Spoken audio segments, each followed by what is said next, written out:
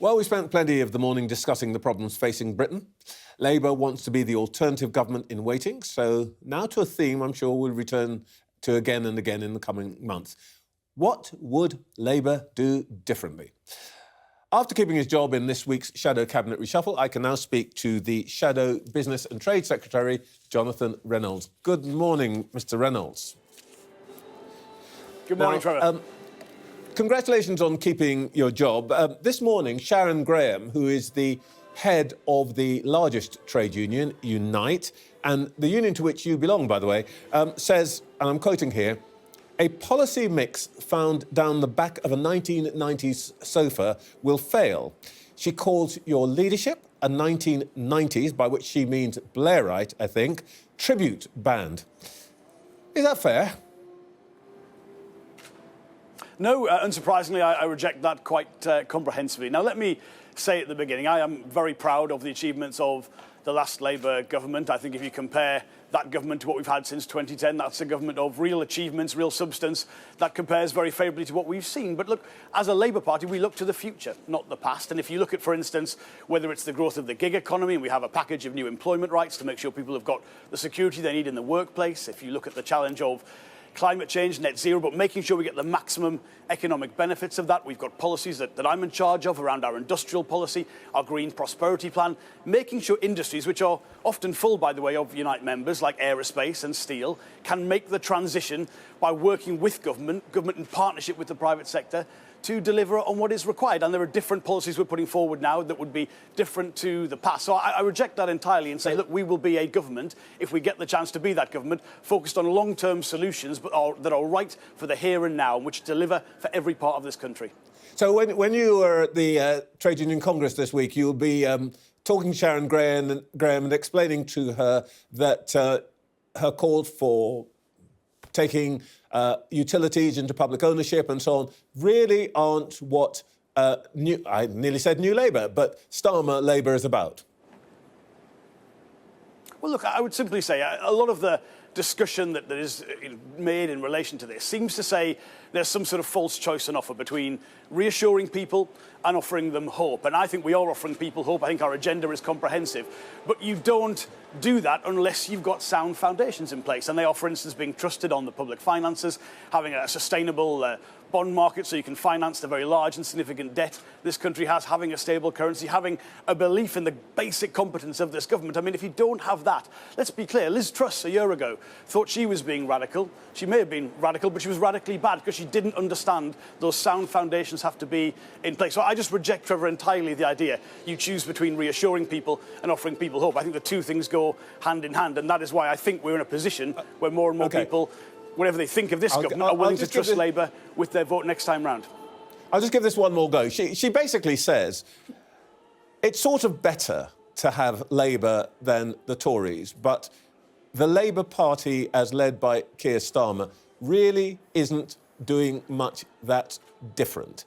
What can you say to her that will persuade her that you aren't just a bunch of retreads, warmed over Blairism, I think is the expression that was used? I would say, again, look at the policy platform we have out there. Look at our plans for industrial strategy. Look at our plans for the green prosperity plan. Look at our changes to the apprenticeship levy to make sure the skills system will work well. Look at our changes to planning or making Brexit work, or our future relationship with other countries in terms of trade deals, or even, indeed, the devolution plans we've got around things like the skills budgets for big cities. These are things that make a difference, but the only way you'll get a chance to do those things if you can make sure people trust you, believe you're taking these challenges seriously. And of course, that the climate today is very different to how it was in the late 1990s. Our policy platform reflects that. But by the way, we've got to respond to what we would inherit if we get the chance to do that. And clearly, on some questions, the national finances are in a challenging position, as are public services. All right, well, let's take something concrete, and literally concrete.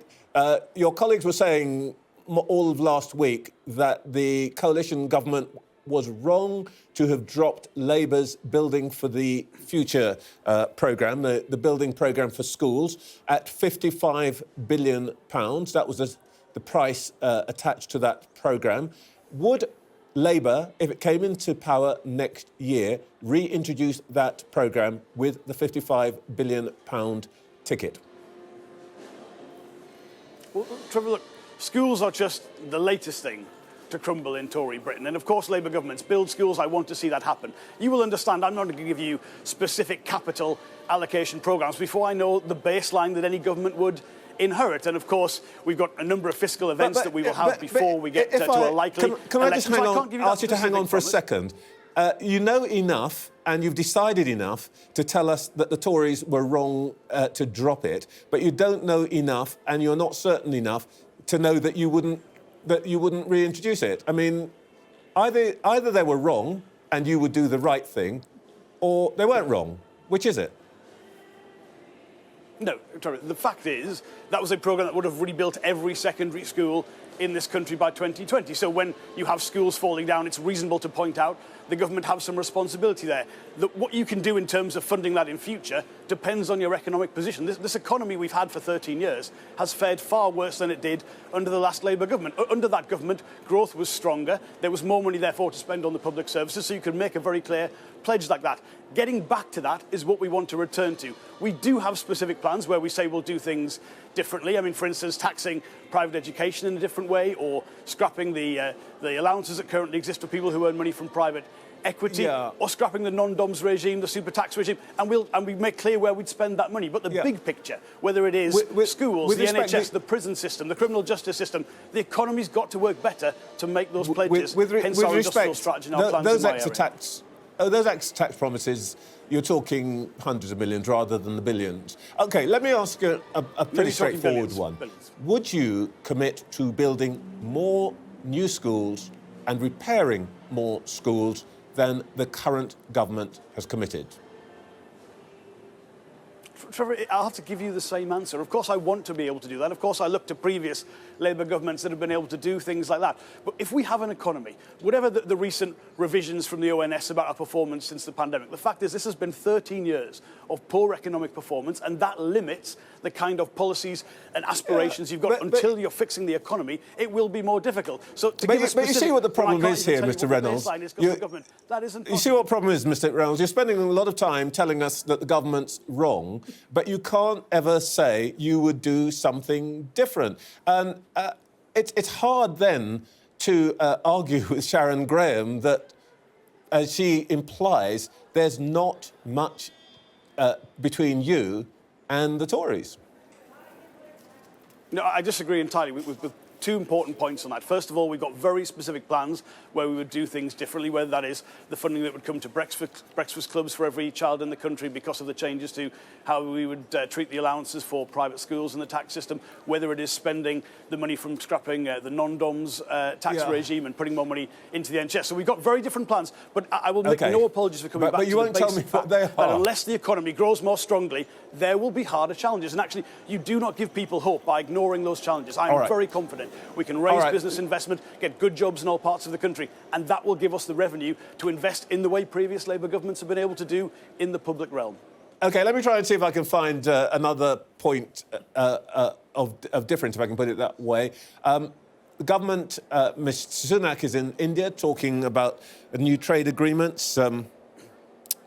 How would a trade agreement with India, negotiated by Starmer and Reynolds, differ from one negotiated by Sunak and Badenoch? And in particular, would you offer the Indians the concessions they want on immigration to make it easier for business people and students from India to come here and stay here? Well, first of all, Trevor, there isn't, as it stands, an agreement we can look at to tell you what I can do differently about that. I would say that we would like to see that trade deal with India. It is a huge potential opportunity. It's one of the obvious opportunities we've got. Now we're doing trade policy in a different way following Brexit. So I think there are huge opportunities there. The proportionality of the market access that we would get relative to concessions in any other area, that is essentially what this deal hinges on. But if we got that right, it would be very positive for the economy, so we'd be certainly very optimistic and receptive to that case. But ultimately, we've got to make sure we're getting what we need, because to be honest, to date, the trade deals the government has achieved have either been They haven't been delivered, they've been no deals, or they've been bad deals, and that isn't good enough. It can't be about the quantity of trade deals, it's got to be about the quality of them. Last point. We read this morning that your leader is going to be talking about immigration at the end of this week, and that Labour is going to go tough. Is this Labour converging with the Conservatives in a sense from the other side, that you want to convince voters that you will? I think the phrase that's been briefed is bring order to the borders. Is this going to be a new Labour position?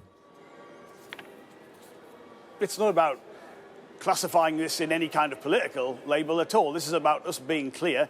There are no-go areas for us, that we will tackle the real problems, that our agenda has something to offer for everyone, no matter how they look at the potential problems of this country and what they want a potential government to be able to deliver. Fundamentally, this is a problem where what you've seen from the Conservative Party is a series of gimmicks, things like the Rwanda scheme or the photo ops, and we don't feel the government are really serious about tackling this. We think they want the issue to continue. They want somehow to get credit for talking about it, even though they never fix it. And Keir Starmer is about serious, long-term, serious answers, not sticking plasters, to the country's problems. So he's going to say, rather than waste that money on the Rwanda scheme that won't work, spend that money on the National Crime Agency with a proper unit to smash the criminal gangs that are part of this. Take the money that we're currently spending on hotel costs, accommodation costs, invest that to make sure we're getting back just to processing the number of claims we were a few years ago. I mean, there are nearly 9,000 or 10,000 fewer claims being done on these things than 2015. This is at the heart of the problem. So Keir is about serious, long-term answers to that, and we'll talk about anything. There's nothing we're not willing to consider in terms of getting that agenda right. Mr. Reynolds, thank you very much indeed.